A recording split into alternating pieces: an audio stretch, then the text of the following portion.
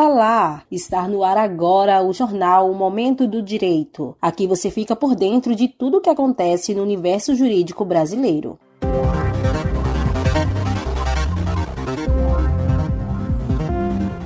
Hoje falaremos de um tema que é bastante relevante no campo do direito, que é a liberdade baseada em atos de dominação.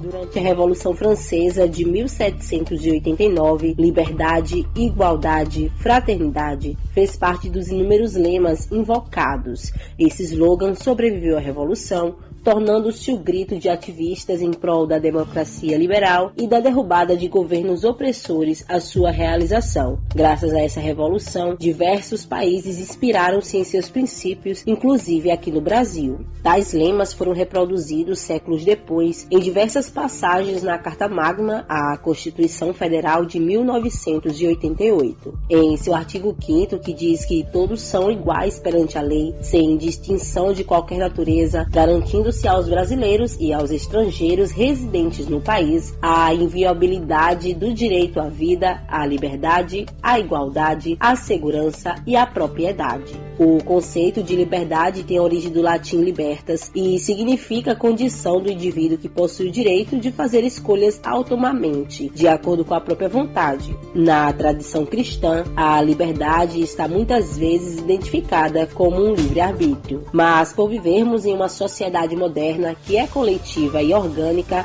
segundo as análises do sociólogo francês Émile Durkheim, nós estamos sujeitos a certas limitações para obter essa liberdade. Os fatos sociais presentes na nossa comunidade são gerais, exteriores e coercitivos, e eles são exemplos de que não somos livres, não temos em totalidade o controle da nossa liberdade individual. Há diversos costumes que repetimos, mas pensamos que é por escolha própria. Todos esses preceitos acabam refletindo nos nossos direitos diários, até porque, como afirma o jurista austríaco Eugen Eschling, são as normas sociais e os costumes que alteram o direito, não o inverso. Para Émile Durkheim, a nossa sociedade moderna, a solidariedade orgânica, é aquela resultante de uma alta divisão social do trabalho e com grande número de pessoas especializadas em suas funções. Isso faz com que haja uma interdependência social, ou seja, faz com que haja entre as pessoas um alto vínculo de dependência, mesmo elas sendo individuais e livres. Um paradigma bem moderno.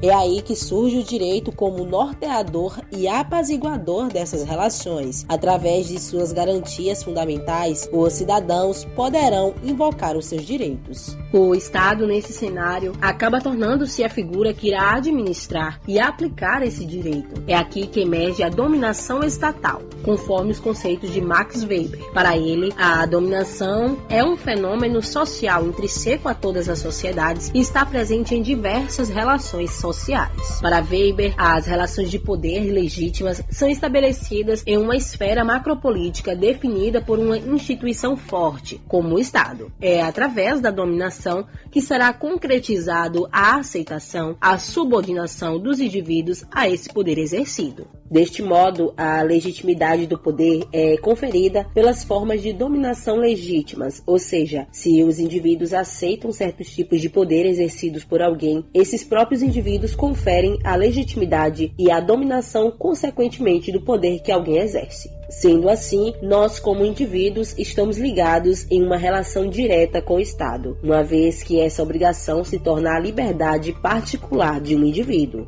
Mas até que ponto isso é suficiente tendo em vista as diversas dinâmicas sociais e os conflitos políticos? Será que os nossos direitos realmente estão seguros e postos em práticas? Somos realmente livres? Podemos dizer que não. Para confirmar isso, vamos trazer conceitos teóricos como o do panoptismo, citado pelo filósofo contemporâneo Michel Foucault. Foucault conceitua o panoptismo como poder na forma de vigilância individual e contínua, com intuito de controle, castigo e recompensa e também como forma de correção. O panóptico, conceito desenvolvido no século XVIII por Jeremy Bentham, o filósofo jurista iluminista britânico, representa fisicamente esse conceito, que é uma arquitetura de maximização da eficiência do poder na medida em que rege a economia da energia, dos recursos humanos, além de aumentar as possibilidades acúmulo de saber sobre os indivíduos vigiados. O panoptismo individualiza, faz com que o grupo seja ordenado, separado e e constantemente inspecionado. A total vigilância, sempre eficiente e constante, é um requisito básico à total disciplina, ao total assujeitamento e à construção de condutas. Prisões, fábricas, escolas e quartéis são instituições de disciplinamento, de adestramento, de fabricação de corpos dóceis, úteis, produtivos para o desígnio do poder. No paralelo atual, o mundo virtual, as redes sociais, tornam-se um dos principais meios para a concretização do controle coletivo, tendo em vista a grande utilização da internet por usuários digitais. A facilidade de propagação de conteúdos de forma online é imensurável. As pessoas são vigiadas por governos, empresas, por outras pessoas, compartilham dados digitalmente sem medir as possíveis consequências. É aqui que a liberdade começa a ser posta em jogo.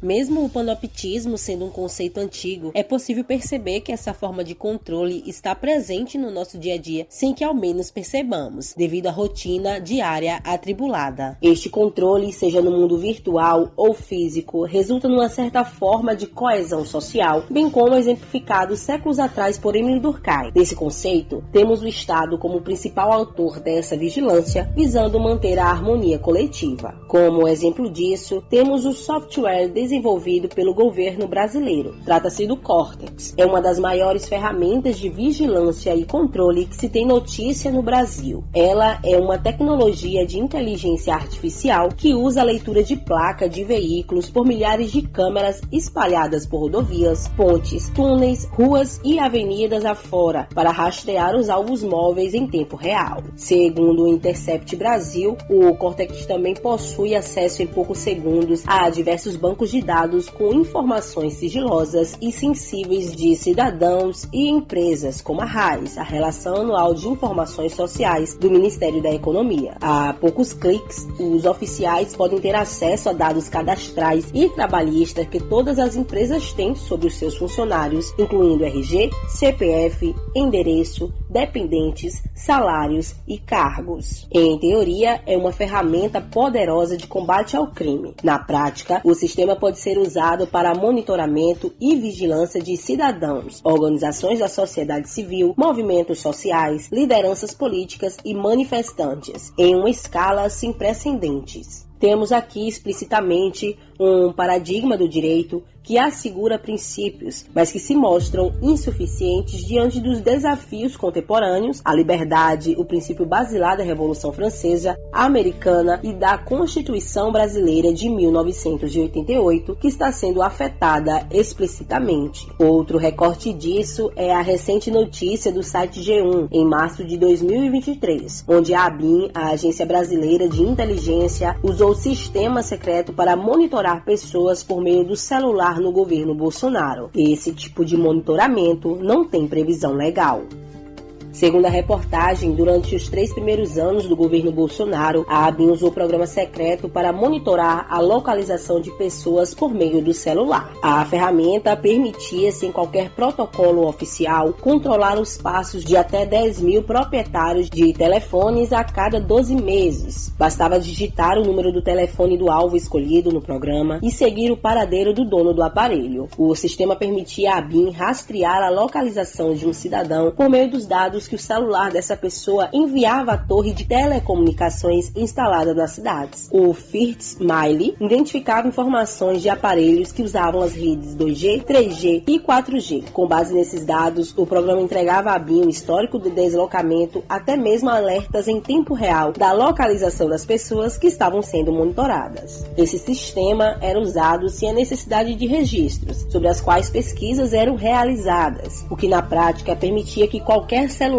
pudesse ser monitorado sem uma justificativa oficial. De acordo com a reportagem, há relatos de utilização contra os seus próprios agentes da ABIN. Essa ferramenta mostra-se o inverso no que diz o inciso 12 do artigo 5º, que é inviolável o sigilo da correspondência e das comunicações telegráficas, de dados e das comunicações telefônicas, salvo, no último caso, por ordem judicial, nas hipóteses na forma da lei que se estabelece para fins da investigação investigação criminal ou na construção do processo penal. E esses dois exemplos aqui citados são somente alguns entre milhares, que mostram a figura de um Estado controlador, arbitrário e inconstitucional, o que não condiz com sua função, que é de ser um Estado democrático de direito, um Estado que garante leis e segurança jurídica. Mediante de tantos fatos, o que é preciso então para solucionar esse paradigma? Podemos aqui suprastar uma, segundo a perspectiva de Boaventura Souza Santos, que é a transformação do Estado Nacional em um novíssimo movimento social, ou seja, temos que buscar um Estado que não é somente uma materialidade institucional e burocrática. Ela tem que ser um campo de luta política através de uma democracia redistributiva, com menor monopólio de poder. Até porque esse é um Estado democrático que compete estabilizar minimamente as expectativas dos cidadãos e criar padrões mínimos de segurança e de inclusão, que reduzam a ansiedade até o patamar em que ela deixa de ser um fator de bloqueio ao exercício da cidadania ativa. O direito, dentro desse cenário, é uma das principais ferramentas para solucionar a complexidade e a amplitude das mudanças sociais. Ela não pode continuar sendo uma ferramenta que promove desigualdades e injustiças. Ela foi calçada em preceitos revolucionários como liberdade, justiça e igualdade. Cabe a nós, cidadãos, não nos acomodarmos e sermos mais ativos e participativos, sempre buscarmos a nossa liberdade diária e com respeito acima de tudo. E assim tais paradigmas serão superados e democratizados conforme a nossa Carta Magna. Termina agora o Jornal Momento do Direito, programa dedicado aos temas jurídicos brasileiros. Agradecemos a atenção e até mais.